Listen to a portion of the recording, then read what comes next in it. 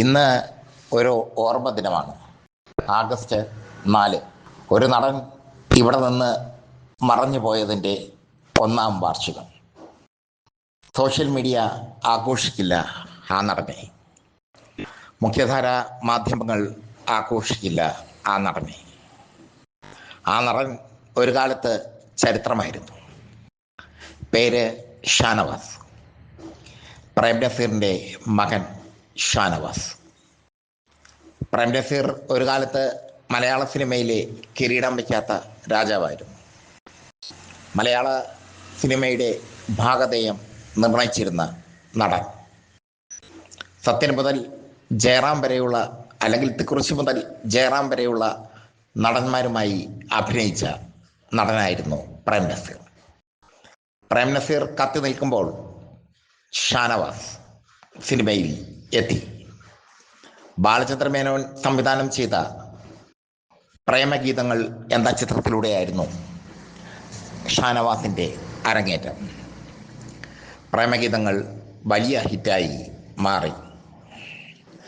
പിന്നീട് അങ്ങോട്ട് മലയാള സിനിമയിൽ പ്രേംനസീറിൻ്റെ മകൻ്റെ യുഗമായിരുന്നു, ഷാനവാസിൻ്റെ യുഗം. ആശ, മൈലാഞ്ചി, കൗരിത്തരിച്ച നാൾ തുടങ്ങിയ ചിത്രത്തിലൊക്കെ സോളോ ഹീറോയായി ഷാനവാസ് അഭിനയിച്ചു. പ്രേംനസീർ തൻ്റെ ചിത്രങ്ങളിൽ വളരെ പ്രാധാന്യമുള്ള റോളുകൾ നൽകി മകനെ വളർത്തി. ഹിമം, ജസ്റ്റിസ് രാജ, പ്രതിജ്ഞ, ഇവനൊരു സിംഹം തുടങ്ങിയവയൊക്കെ പ്രേംനസീറും ഷാനവാസും ഒരുമിച്ച് അഭിനയിച്ച് സൂപ്പർ ഹിറ്റായ ചിത്രങ്ങളാണ്. പ്രേംനസീറിൻ്റെ യുഗപ്പിറവി അവസാനിച്ചപ്പോൾ ഷാനവാസിന് സിനിമകൾ കുറഞ്ഞു. പ്രേംനസീർ വൈകാതെ അന്തരിച്ചു. അകാലത്തിലുള്ള മരണമായിരുന്നു പ്രേംനസീറിൻ്റേത്. തൻ്റെ മക്കൾക്ക് വേണ്ടതെല്ലാം കരുതി വച്ചിരുന്നു നസീർ സാർ. അതുകൊണ്ട് തന്നെ സിനിമയില്ലായ്മ ഷാനവാസിനെ വേദനിപ്പിച്ചില്ല, നിരാശപ്പെടുത്തിയില്ല. മലേഷ്യയിൽ ഒരു കമ്പനിയിൽ അദ്ദേഹത്തിന് ജോലി ലഭിച്ചു. അതിനുശേഷം അദ്ദേഹം ചിത്രത്തിൽ വില്ലൻ വേഷത്തിലൂടെ തിരിച്ചുവരവ് നടത്തി. ഷാനവാസിൻ്റെ പ്രത്യേകത എന്തായിരുന്നു എന്ന് ചോദിച്ചാൽ, കരാട്ടയിൽ ബ്ലാക്ക് ബെൽറ്റ് ഉണ്ടായിരുന്നു അദ്ദേഹത്തിന്. നൃത്തം നന്നായി അറിയാമായിരുന്നു അദ്ദേഹത്തിന്. കുതിരസവാരി അറിയാമായിരുന്നു അദ്ദേഹത്തിന്. ഡ്യൂപ്പില്ലാതെ സംഘടന രംഗങ്ങളിൽ അഭിനയിക്കാനുള്ള കഴിവ് അദ്ദേഹത്തിന് ഉണ്ടായിരുന്നു. അതൊക്കെയായിരുന്നു അദ്ദേഹത്തിൻ്റെ പ്രത്യേകത. അദ്ദേഹം അതിവേഗം സൂപ്പർ സ്റ്റാറായി മാറുമെന്ന് ഒരു കാലത്തെ സിനിമാ പത്രപ്രവർത്തകർ വിധി എഴുതിയെങ്കിലും മമ്മൂട്ടിയും മോഹൻലാലും ഒക്കെ രംഗം കീഴടക്കിയപ്പോൾ മാറി നിൽക്കാനായിരുന്നു ഷാനവാസിന് വിധി. പിന്നീട് അദ്ദേഹത്തിന് ചെറിയ ചെറിയ റോളുകൾ കൊടുത്തത് IVCയും ജോഷിയും ഒക്കെ ആയിരുന്നു. ജോഷിയുടെ തന്നെ ഹിമം എന്ന ചിത്രം ഷാനവാസിൻ്റെ ആക്ഷൻ വേഷങ്ങൾ കൊണ്ട്, ആക്ഷൻ രംഗങ്ങൾ കൊണ്ട് സമ്പന്നമായ ചിത്രമാണ്. ഹിമത്തിൽ ഷാനവാസ് നെഞ്ചക്ക് കറക്കുന്ന ഒരു രംഗമുണ്ട്.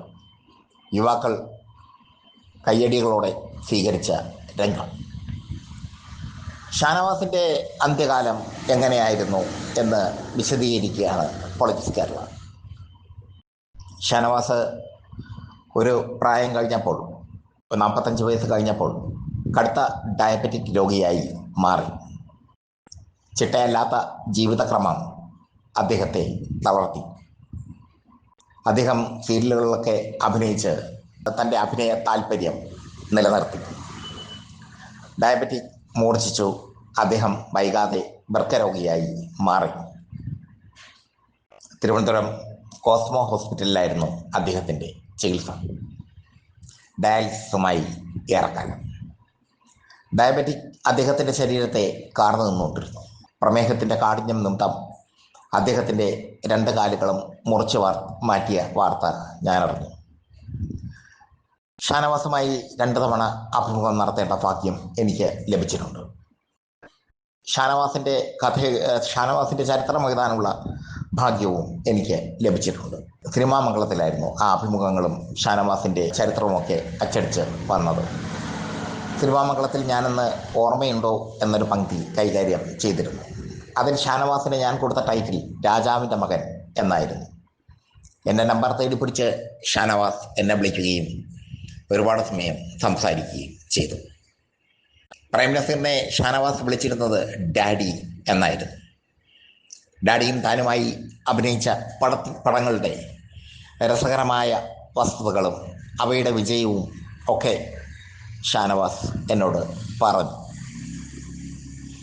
2 കാലുകളും മുറിച്ചു മാറ്റപ്പെട്ട ഷാനവാസ് തിരുവനന്തപുരത്തെ ഫ്ലാറ്റിൽ ശയ്യാവലംബിയായി കഴിയുന്ന വിവരം അറിഞ്ഞപ്പോൾ ഒരുപാട് ദുഃഖം തോന്നി.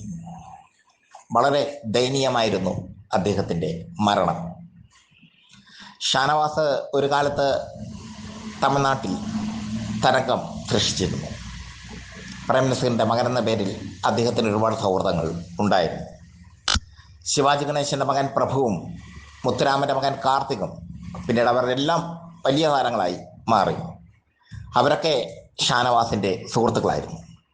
പ്രഭുവും കാർത്തികുമൊത്ത് നിശാ ക്ലബ്ബുകളിൽ പോകുന്ന ഷാനവാസിൻ്റെ ദൂരത്തിനെ ചോദ്യം ചെയ്യുന്ന പ്രേം നസീർ, ഷാനവാസിൻ്റെ തെറ്റിന് ബെൽറ്റ് കൊണ്ട് അടി കൊടുക്കുന്ന പ്രേം നസീർ, അതൊക്കെ ഷാനവാസ് എന്നോട് പറഞ്ഞിട്ടുണ്ട്.